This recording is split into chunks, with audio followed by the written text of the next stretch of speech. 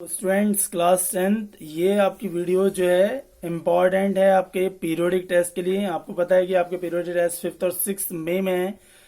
I am Rahul Gupta your science expert. Students you will subscribe the channel chemistry amazing world. So let's start chapter first chemical reaction and equation. You just note down continuously and just take a pen or notebook also.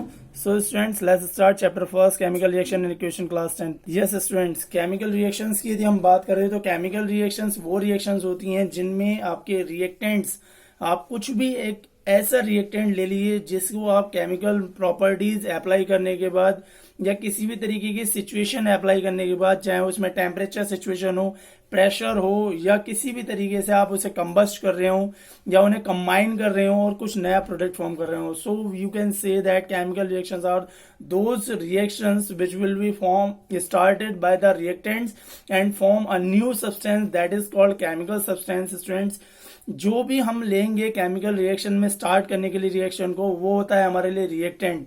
So we can say that the startup substance of the chemicals in the form of chemicals that is called reactant. और reaction होने के बाद जो भी आपको substance मिलता है वो सब्सटेंस होता है आपका प्रोडक्ट। सो स्टूडेंट्स, ये आपकी फर्स्ट बुक का फर्स्ट पेज भी है जहां पर आपका सबसे पहली लाइन में ही केमिकल रिएक्शंस की डेफिनेशन लिखी हुई है और उस डेफिनेशन को आपको नोट कर लेना है, लर्न भी करना है। केमिकल रिएक्शन को सबसे पहले समझेंगे, फिर उसके बाद केमिकल इक्वेशन को समझेंगे। केमिकल रिएक्शन यदि आपकी समझ में आ गया तो केमिकल इक्वेशन समझ में आसानी से आ जाएगा। स्टूडेंट्स, केमिकल रिएक्शन जो हमारी टर्म है, यदि हमारे पास कोई भी एक स्टेटमेंट दे रखा है, लाइक हमारे पास फर्स्ट एग्जाम्पल की बात करते हैं, पहले हम टॉपिक्स देख लेते हैं इस चैप्टर में क्या क्या कवर करेंगे। First, introduction of chemical reaction, characteristics of chemical reaction, chemical equation and balancing, type of chemical reaction, redox reaction, density and corrosion. One by one in topics को स्टडी करेंगे। So let's introduce that we have often seen that some substance which mix from new substance, यानी कि कुछ हमारे ऐसे substance आपने देखे हैं जिन्हें हम मिक्स कर दें तो उन्हें क्या बन जाते हैं, वो न्यू सब्सटेंस बन जाते हैं। ठीक है students, like if we want to make tea, यदि आप चाय बनाना चाहते हैं तो आपको पता है कि सबसे पहले आपको क्या करना पड़ेगा। You just take a pan and then after you will just take some water and light your burner, and after then you will just burn, and then when water is boiled then you just take some tea leaves, and after then you will mix sugar, then some milk, and then you just pour in your cup. So that is the process to make the tea. Similarly, we can say that if any chemical reaction will started, then you just take the reactants and then you just get the new substance that is called product.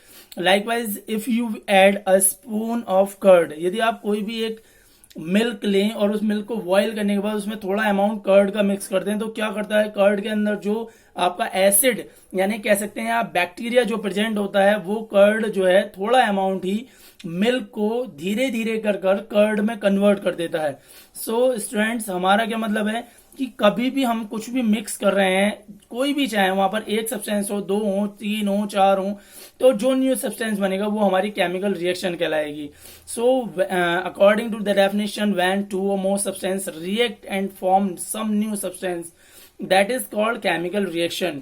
ठीक है students, जहां पर दो या उससे ज्यादा substance आप reaction कराएं और रिएक्शन कराने के बाद न्यू सब्सटेंस फॉर्म्ड हो तो हम उसे कहते हैं chemical reaction. It means reactant की बात कर लेते हैं। देखिए हमारे पास जैसे आपको जनरल एक एग्जांपल हम दिखा देते हैं, ए प्लस बी, यदि आपके पास ए और बी कोई दो रिएक्टेंट है और उन दोनों को आप मिक्स करके एक नया सब्सटेंस बना दें ए बी, तो ए और बी क्या है, रिएक्टेंट है जो हम आपस में मिक्स कर रहे हैं। सो रिएक्टेंट्स आर दो सब्सटेंस दैट आर मिक्स्ड। ठीक है स्टूडेंट, उसके बाद करते हैं ए बी, जो आपको मिला है रिएक्शन होने के बाद। So product, the new substance that are formed on the account of chemical reaction is called product. Reactant or product, without reactant you can't get the product in any of chemical reaction. You just take firstly reactant and after then you just take you will get the product after the reaction. So students, वहां पर हमारी कुछ नहीं, केवल chemical properties होती हैं उनकी जो आपस में कुछ कंडीशंस को अप्लाई करती हैं और अप्लाई करने के बाद आपको प्रोडक्ट प्रोवाइड करती हैं। स्टूडेंट्स बहुत ध्यान से इसे नोट करते चलिए कंटिन्यूअसली। डेफिनेशन तो आपको पता ही होनी चाहिए केमिकल रिएक्शंस की, उसके बाद ये भी पता होना चाहिए कि रिएक्टेंट क्या है, उसके बाद ये भी पता होना चाहिए प्रोडक्ट क्या है, क्योंकि रिएक्टेंट और प्रोडक्ट को आइडेंटिफाइड करना बहुत जरूरी है आपको। विदाउट रिएक्टेंट आप कोई भी प्रोडक्ट फॉर्म नहीं कर सकते। इसमें जितनी भी केमिकल रिएक्शन आप अपने आसपास देखेंगे तो बहुत सारी केमिकल रिएक्शंस होती हैं। जैसे कि आप बात करें कर्ड की फॉर्म होने की मिल्क से, और आप यदि बात कर ले फ्रूट जो होते हैं वो आपके फ्रूट को यदि पकाया जाए, जैसे कहते हैं हम राइपनिंग, तो राइपनिंग करेंगे तो वो भी एक अपने आप में केमिकल रिएक्शन है, क्योंकि वो उस फ्रूट्स का ऑक्सीडाइज करता है। इसके अलावा कुकिंग द फूड, जब आपका फूड प्रिपेयर किया जाता है तो वहां पर बहुत सारे मिक्सचर मिक्स किए जाते हैं और उसके बाद वो क्या करते हैं, केमिकल रिएक्शंस करते हैं आपस में और वो आपके लिए सुटेबल फूड बनाते हैं। Let's just take some activities to understand the chemical reaction. First one is the burning of magnesium ribbon. Students magnesium ribbon की बात करें तो मैग्नीशियम रिबन पर एक लेयर चढ़ी होती है जिसे बोलते हैं हम carbonate layer. So the magnesium ribbon be got has a layer of carbonate on it, so before burning it needs to be cleaned with sandpaper. सबसे पहले हम क्या करते हैं, मैग्नीशियम रिबन को, जो आपका रेगमाल होता है, सैंड पेपर होता है, हम उससे बर्न करते हैं और हम उसे स्क्रैप मतलब उसे क्या करते हैं आप इसे क्लीन करते हैं सैंड पेपर से। ठीक है, रीजन क्या है कि यदि आप उसे क्लीन नहीं करेंगे तो वो जो होगा वो आपका बर्न इजीली नहीं होगा। तो उसके बाद आपका जो प्रोडक्ट मिलेगा वो प्रोडक्ट क्या होगा, आपका मैग्नीशियम ऑक्साइड होगा, व्हाइट कलर का फॉर्म्ड बनता है और ये डेजलिंग फ्लेम के साथ बर्न होता है। ठीक है स्टूडेंट्स, डेजलिंग मतलब एकदम आपकी चिंगारी छोड़ते हुए। ठीक है, सो आपके इस पर रिएक्शन बन जाएगी वहां पर, क्योंकि आपकी जो रिएक्शन होती है वो होगी MgCO3 आपका मैग्नीशियम कार्बोनेट होता है, जो रिबन होता है उस पर कार्बोनेट लेयर होती है। अब जब आप इसे सैंड पेपर से क्लीन कर लेंगे तो वो कार्बोनेट लेयर वहां से हट जाएगी, रह जाएगा केवल क्या, मैग्नीशियम Mg रह जाएगा। फिर Mg को आपने क्या करा, एयर की प्रेजेंस में बर्न करा, तो बर्न करने पर क्या होगा, मैग्नीशियम ऑक्सीजन की प्रेजेंस में यानी एयर की प्रेजेंस में बर्न हो जाएगा और फॉर्म्ड हो जाएगा मैग्नीशियम ऑक्साइड। ठीक है, तो वो वायर आपका केमिकल रिएक्शन के बाद आपने क्या करा, बर्न किया है उसे, बर्न करने पर क्या हुआ, वो मैग्नीशियम ऑक्साइड व्हाइट कलर का पाउडर आपका कलेक्ट हो जाएगा। और केमिकल रिएक्शंस में जो भी हमारा प्रोडक्ट इस तरीके का फॉर्म्ड होता है after the combustion, so we just take a china dish to collect that type of powder or the substance। Students, हम केमिकल रिएक्शंस में जो भी प्रोडक्ट हम फॉर्म करते हैं उन्हें बड़ी केयरफुली यूज करते हैं। ठीक है स्टूडेंट्स, तो नोट डाउन कर लीजिए इसे आप अपनी एक्टिविटी को, या आपके फर्स्ट पेज पर ही नोट की हुई है।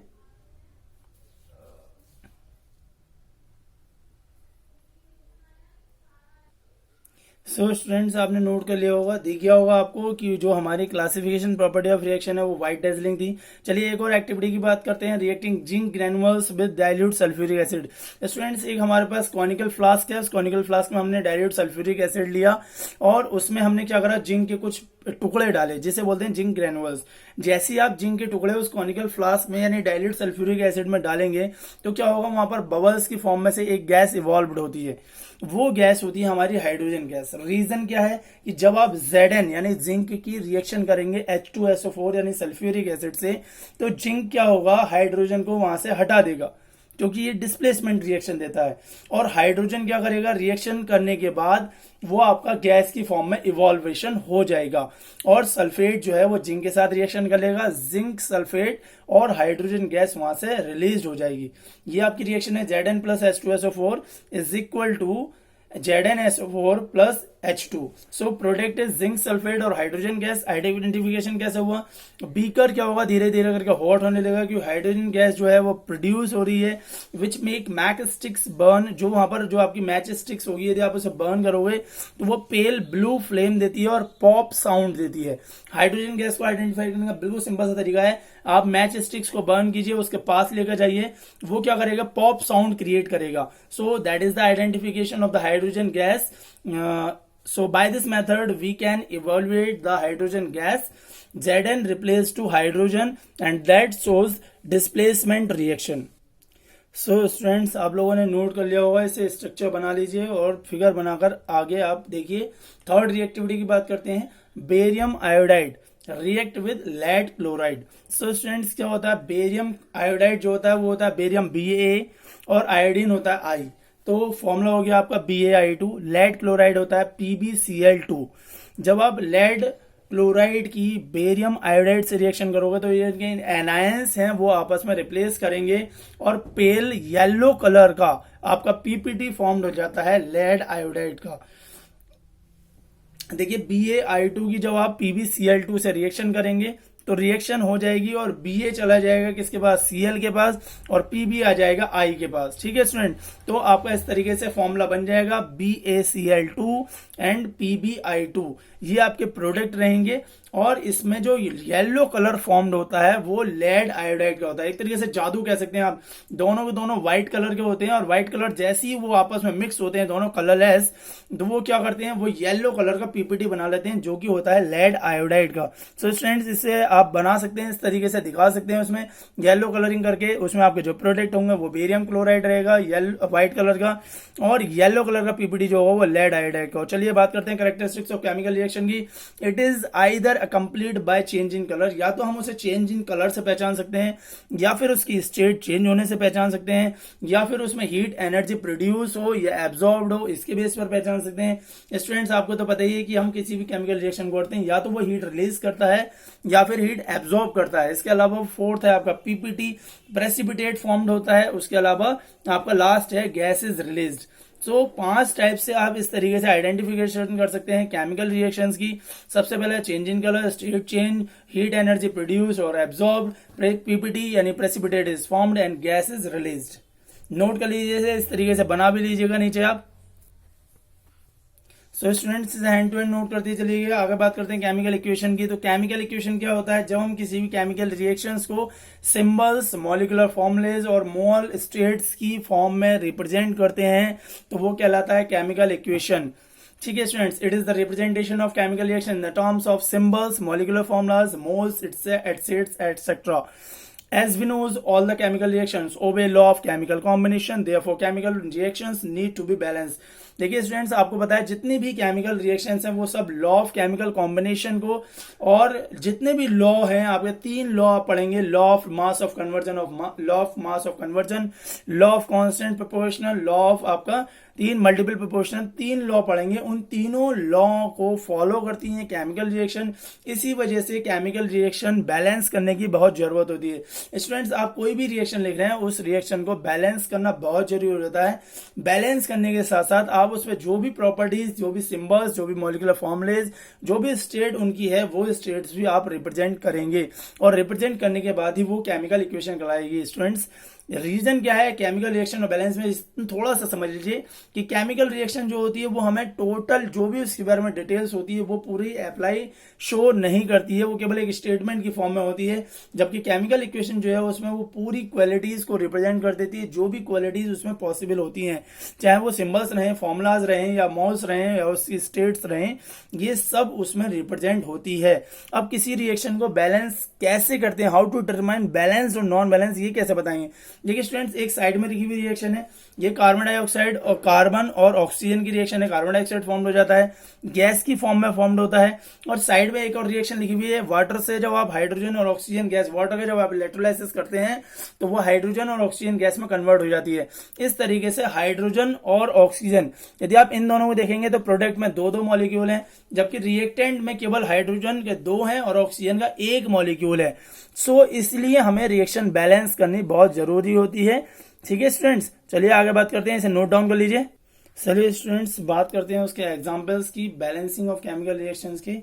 देखिए एग्जांपल्स क्या है, यदि हम बात करें जब कोई भी केमिकल रिएक्शन आपकी रिएक्टेंट लेती है तो वहां पर रिएक्टेंट लेने के बाद उसके नंबर ऑफ मॉलिक्यूल्स देखने होते हैं। जैसे कि एक मीथेन की रिएक्शन हम क्लोरीन के साथ कराएं तो मीथेन जो है वो क्लोरीन में प्रेजेंट हाइड्रोजन, मीथेन में जो हाइड्रोजन प्रेजेंट है वो क्लोरीन से डिस्प्लेस हो जाता है और कार्बन टेट्राक्लोराइड और हाइड्रोक्लोरिक एसिड फॉर्म करता है। इस रिएक्शन में देखिए बैलेंस कैसे करेंगे। देखिए यहाँ कार्बन का 1 मॉलिक्यूल है, हाइड्रोजन के 4 हैं, क्लोरीन के 4 हैं। उधर आपके प्रोडक्ट में रिएक्टेंट की बात कर लेते हैं तो 3 आपके एलिमेंट हैं, एक है आपका कार्बन, हाइड्रोजन और क्लोरीन। तो कार्बन है 1, हाइड्रोजन है 4, क्लोरीन है आपके 2। इधर की बात करें तो कार्बन 1, क्लोरीन 4, उधर आपके HCl में हाइड्रोजन 1 और क्लोरीन 1।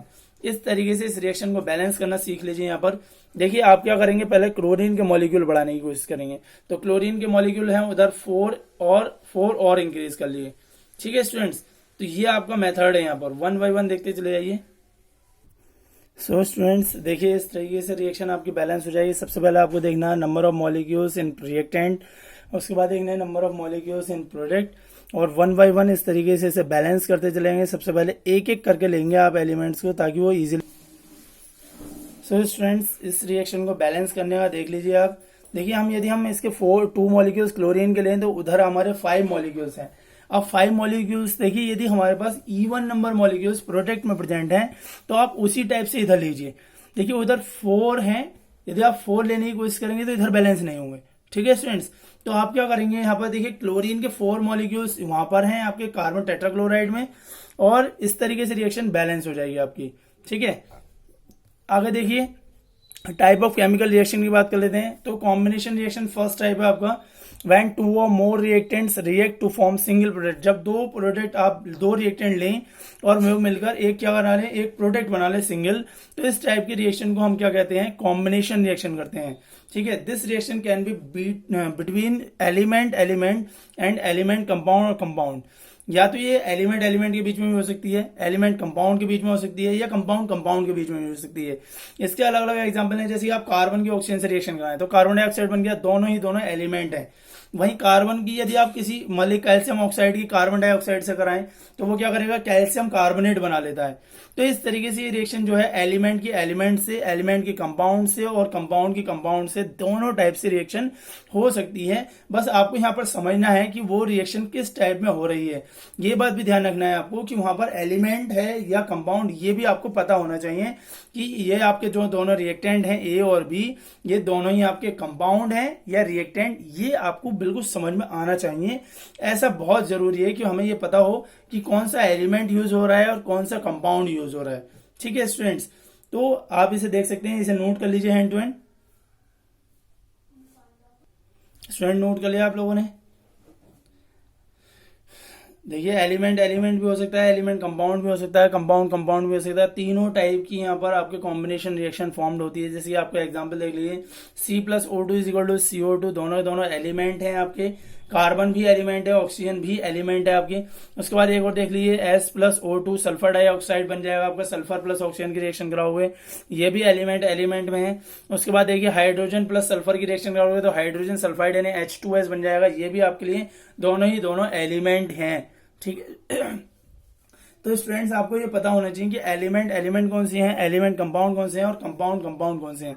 एक और रिएक्शन देख लिया, हाइड्रोजन और ऑक्सीजन की रिएक्शन कराओगे तो आप वाटर मॉलिक्यूल बन जाता है। ये तो आपको बहुत सिंपल सी रिएक्शन है, आपको पता भी होनी चाहिए स्टूडेंट्स। ठीक है स्टूडेंट्स, और देख लीजिए आप एलिमेंट कंपाउंड की रिएक्शन के एग्जाम्पल देख लीजिए। तो देखिए, एलिमेंट कंपाउंड की रिएक्शन के एग्जाम्पल आप देखेंगे जहां पर, तो एलिमेंट आप क्या ले लें, कार्बन डाइऑक्साइड ले लिया हमने कंपाउंड, और एलिमेंट ले लिया हमने ऑक्सीजन। ठीक है, कार्बन मोनोऑक्साइड लिया हमने, कार्बन डाइऑक्साइड नहीं, कार्बन मोनोऑक्साइड लिया है CO। ठीक है, और हमने O2 ले लिया, ऑक्सीजन ले लिया, तो उससे हमारा बन गया कार्बन डाइऑक्साइड। ठीक है स्टूडेंट्स, उसके अलावा हमारे पास सल्फर डाइऑक्साइड की यदि हम ऑक्सीजन से रिएक्शन कराएंगे तो बन जाएगा सल्फर कार्बोनेट, सॉरी SO3 बन जाएगा आपका सल्फर ट्राईऑक्साइड। SO2 की O2 से रिएक्शन कराई तो SO3 बन गया, यह है सल्फर ट्राईऑक्साइड। ठीक है स्टूडेंट्स, अब कंपाउंड की देख लीजिए कुछ एग्जाम्पल। कंपाउंड में आप बात करेंगे तो देखिए, वाटर की हमने रिएक्शन कराई किससे, कार्बन डाइऑक्साइड से। जब वाटर की आप कार्बन डाइऑक्साइड से रिएक्शन कराओगे तो बन जाएगा आपके पास कंपाउंड H2CO3। ये आपका कार्बनिक एसिड होता है, आपको एसिड्स में पढ़ाया जाएगा। ठीक है स्टूडेंट्स, तो H2CO3 होता है आपका कार्बनिक एसिड। SO2 की रिएक्शन यदि आप H2O से कराओगे तो बन जाएगा H2SO3। ये होता है सल्फ्यूरस एसिड। ठीक है students, so these are the example of chemical combination reaction. Students बहुत ध्यान समझ लीजिए, आज तक हम यहीं पर बात करते हैं। सो स्टूडेंट्स आप इसे नोट कर लीजिए अपनी कॉपी में, उसके बाद एक वीडियोस और मैं आपको देता हूं। सो स्टूडेंट्स चैनल जरूर सब्सक्राइब करें, वीडियोस लाइक करें, शेयर करें अपने फ्रेंड्स के साथ। Stay at home, be safe and enjoy with your family. Goodbye students.